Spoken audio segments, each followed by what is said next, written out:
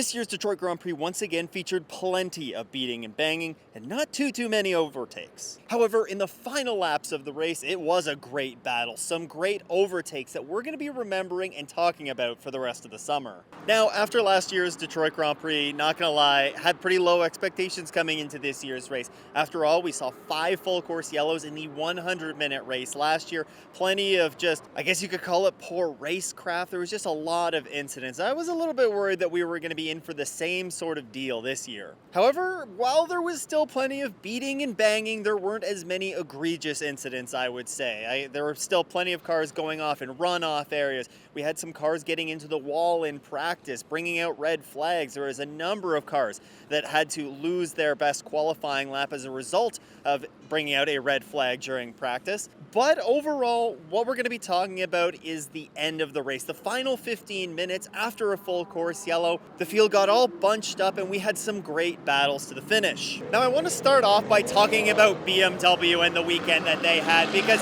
BMW were one of the as we have the Corvette Corral that's going on behind me, so there's going to be a little bit of noise. But BMW came into this weekend carrying a perfect pole streak so far this season. One of 2 streaks that we still had alive in the GTP class, the other one being Porsche's win streak. And while BMW showed good pace in practice on Friday, they never really translated that into a great qualifying run and didn't translate it into a great race run either, really. They were 3rd and 4th coming out of qualifying, which, I mean, I guess by BMW standards this year is pretty terrible, but overall setting themselves up well still for what is a street race. It's going to have limited passing opportunities. However, time and time again this year, we've seen BMW make some sort of a mistake during the race, and this race was no different. On the 25's pit stop, they got a penalty for one of the crew members being over the wall before the car came to a full and complete stop, so they had to come down, do a pass-through penalty. The pass-through penalty it's not going to kill you here. It's a pretty short pit lane. It was only about 17 seconds that it would cost a car, but still 17 seconds drops them behind a bunch of their GTP competitors, and once again, importantly, puts them back into traffic. And then the 25 actually picked up another drive-through penalty at the end. I guess they made some contact. I didn't really see what happened, but they would end up going on to finish 5th and 7th place in class. Bit of a disappointing one for BMW, who I'm sure had high hopes coming into this race. Now, the other streak that was still alive coming into this weekend was Porsche, of course. They had won the opening 4 rounds of the season and were looking to make it 5 in a row. And honestly, at moments in this race, it really looked like they were going to do that. They came into the weekend and looked strong in practice, but they didn't get to translate that over in qualifying. They ended up qualifying 5th and 6th for the race, which it's fine. It's the middle of the pack in the GTP, but again, there's traffic that you have to deal with here, and they just didn't find themselves at the front like I think many people were expecting to after their Friday pace. Now, we saw some really strong moves once it turned over to race day for Porsche. Today, during the race, I mean, they played a brilliant strategy call. How many times this year have we been talking about Porsche playing a brilliant strategy call or having a great pit stop that's won them a race? It honestly feels like every race they've pulled something off like this, and they did it once again. They were able to make up for that lack of track position that they had in qualifying by playing their pit cards right. They ended up leapfrogging the pole sitting, the number 93 Acura, who was leading at the time, and they were ultimately running 1st and 3rd after the only pit stop that these cars had to make this race. At that point, Porsche really looked like they were set to cruise to victory, really. They had strong pace. It looked like the Acura wasn't really going to be able to touch them. But then with 35 minutes to go in this race, we had the second and final full course yellow that came out in this one. Both of the full course yellows were just for debris, which was honestly a little bit surprising based on how the racing that we kind of saw unfold. There was, like I said, a lot of beating and banging, but a little bit surprising to only see 2 full course yellows. But this second full course yellow ultimately bunched the field right back up again. And it led to a final stint that really did not go Porsche's way at all. They took the green flag running in 1st and 3rd, and they were actually able to build up a nice little, a couple of second lead, I think, right after we went green. However, the Cadillac here showed really good pace. I'll talk about the Cadillac in a minute, but Porsche, I don't know if they just didn't have the pace. As the afternoon went on and more of the buildings started to provide shade on the circuit, I don't know if the track temperature cooled down a little bit, but it just didn't seem like they had the same pace that they did earlier in the race. And ultimately, it opened the door for Cadillac to come and make a move. With 14 minutes to go, the number 10 Wayne Taylor Racing Cadillac made an opportune dive, I'll call it, up the inside, going into turn 3, made a little bit of contact with the 7. The 7 got a little bit out of shape, but ultimately the 7 still kept the position. The 7 came out of turn 3 with a position. Don't really know what happened in the car, but the 7 was slow for a couple of corners after that. The 10 was able to go up the inside into turn 4 and complete that pass for the lead. I know this is going to be a controversial one.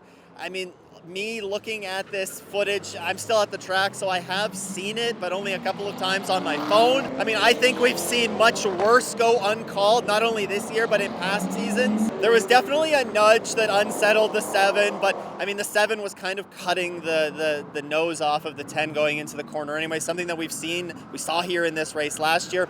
I don't know, my initial thoughts are, I'm fine with no penalty being called. The 10 did not get a penalty for this incident. The 7 unfortunately ended up dropping to 3rd as they also lost a position to the Acura, but ultimately and importantly, no penalty. Let's talk about Cadillac though, because this was a weekend that, I mean, it's going to look good at the end of the day, I suppose, with a 2nd place finish, but they still didn't really show much pace this weekend. They didn't look great in practice. They didn't qualify well, and only one of the cars got a good result in this race, and it was arguably just because of pit strategy. Yeah, they qualified 7th, 8th, and 9th in GTP, and the reason why the 10 got up there is because they stayed out so long. Cadillac kind of threw a bunch of different strategies out there with their different cars. They had some cars boxed really, really early when it looked like there might be a full course yellow that was going to be thrown. It didn't end up coming, but they boxed at least one of their cars. And then with the 10, they ended up keeping them out. They were the last of the GTP cars that came in and boxed. This huge overcut, whether it was actual speed that they had or whether it was because they were running in clean track where the competitors weren't, regardless, they overtook a lot of cars, and they were running 2nd by the time that pit stops were all said and done. Now, we just talked about the pass that the 10 made on the 7 for the race lead towards the end of the race, but the Cadillac would end up not going on to win this race. They were passed with 3 minutes to go by Acura, who would end up being the ones to take the win here. Now, Acura had basically a dream weekend. You could call them the streak killers, I guess, this weekend, because in qualifying, they were the ones that put an end to the BMW pole streak as the 93, driven by Nick Iololi, took the pole in GTP. They were able to translate that pace into the race as well. They looked strong the entire race. They were able to hold on to the Porsches there. They put in a good battle, and then ultimately at the end of the race, when it mattered the most, they were able to pull off a very clean overtake, a great overtake by Renger van der Zande actually on the number 10 Cadillac to ultimately go on to the race win. At the end of the day, it was the number 93 Meyer Shank Racing Acura ARX-06 of Nick Iololi and Renger van der Zande taking the win in GTP. They beat the number 10 Wayne Taylor Racing Cadillac to the line by just under a second, with the number 6 Porsche Penske Motorsports coming in 3rd. Now, if you're going to be heading to Le Mans in a couple of weeks and bringing your camera with you, then listen up, because I think there's a paddock focus photography workshop that would make your experience a lot better. Paddock focus photography workshops are run by 2 credentialed photographers, Jamey Price and Drew Gibson. You're very familiar with Jamey Price's work. You see his photos on this channel all the time. With their special workshop on Le Mans, you can take all of their learned experiences from them going over to Le Mans, shooting for teams themselves, and use that to make your Le Mans experience even better. In addition to their Le Mans workshop, there's many other workshops that they have on there, and you can get 10% off of any Paddock Focus photography workshops when you use the promo code ESSES, yes, that's ESSES, at paddockfocus.teachable.com, or click the link in the description. Once again, a huge thanks to Paddock Focus for supporting the show. The only way that I can really think to describe the GTD Pro class running in this race was a bit messy, but maybe that's just a way that you could categorize this entire race. Specifically in GTD Pro, we had cars going off in runoff areas all race long. There was an instance where it seemed like one of the BMWs just forgot to brake. They drove into a Ford very hard, caused a bunch of damage on that car. and really took that Ford out of contention. But really, in that final stint after that last full course yellow, they gave us a great battle. They were running nose to tail for much of that last stint. They just weren't quite able to make a pass. I think that's one of my big takeaways, I think, from this race was just how difficult it was to make passes. There's so many tight 90-degree corners here. I mean, you can probably see it on the broadcast. Seeing it here in person, the corners here are very tight. It makes it very, very difficult to pass. And hence, that's probably why we saw so much contact between competitors and just some mistakes being made. When it was all said and done, though, it was the number 64 Ford Multimatic Motorsports Mustang of Mike Rockenfeller and Seb Prix taking the win, and this after Ford also took pole in qualifying. They beat out the number 3 Pratt Miller Motorsports Corvette to the line, with Pfaff picking up their first podium of the season. Now, there were certainly some surprises in this race to me. You know, in the GTP class, my biggest surprise was the number 10 Wayne Taylor Racing Cadillac. I had mentioned in one of the pre-race videos that, you know, I could see them having a good run here. You know, this is an entry, specifically the 10. You know, they won this race last year. What experience could they pull from that to bring into this weekend's race? But given the struggles that Cadillac had all season long, I didn't really expect them to have a second place finish and honestly be leading this race with, was it like 4 minutes to go? So Wayne Taylor Racing, surprise this weekend, a pleasant surprise. Let's see if Cadillac can build off of this as we head into the summer stretch. In GTD Pro, I kind of thought that Ford came out of nowhere a little bit. I wasn't expecting Ford to be some of the pace setters in this weekend's race. They struggled a little bit in Laguna Seca, and they really struggled in this race last year, but you saw them come out in qualifying. You could argue it was a bit of a fluky qualifying run because it was cut short by a red flag. The Dragon Speed Ferrari ended up spinning, cutting the session short. So a little bit of a fluky, maybe qualifying session, you could argue, but they really put those thoughts to bed in the race. They had good pace all race long. They got into some trouble. There was contact, of course, that I just mentioned that was made with the BMW, but they were able to emerge victorious here. On the disappointing side of things, though, looking at GTP, I think you have to be disappointed if you're in the BMW camp. You know, the results that they've had so far this season have been great, but we talked about how close they were to pulling off one of these wins and how they've just come up short every time. They had good pace this weekend. You know, they qualified 3rd and 4th, but they just didn't have winning pace in the race.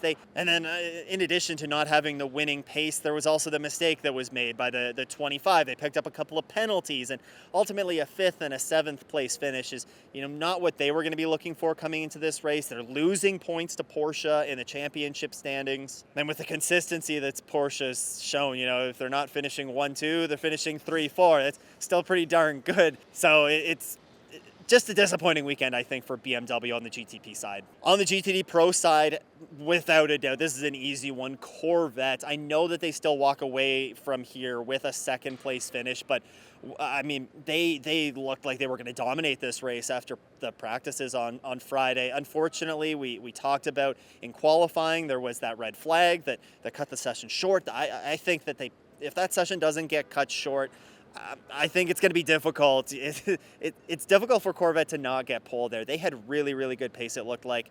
When the race got going today, you know, they showed good pace. They were able to make their way through the field. I mean, they still finished 2nd with one of their cars at the end of it, but ultimately one of the Corvettes picked up damage really early on in this race. They had to come down pit road and ultimately fix it. I mean, if you have a couple of things go slightly differently here, I think we could have been talking about Corvette having a 1-2 finish at their home track in Detroit. The Renaissance Center, Chevrolet's headquarters, GM's headquarters is literally right behind the camera. But here we are. We're talking about a 2nd and a 6th place finish with, well, it's not bad. I think they're going to be a little bit disappointed coming out of this weekend. Jumping into the point standings now, presented by P1 Web Development. If you're looking for a custom website, then look no further than P1 Web Development. You can check them out by clicking the link in the description by heading to p1webdevelopment.com. In GTP, it's number 7 Porsche Penske Motorsports 963 that leads the way with 1,795 points. That is a 70-point advantage on their sister number 6 Porsche. They did both gain points on the number 24 BMW, who have 1,498. That's 297 points back.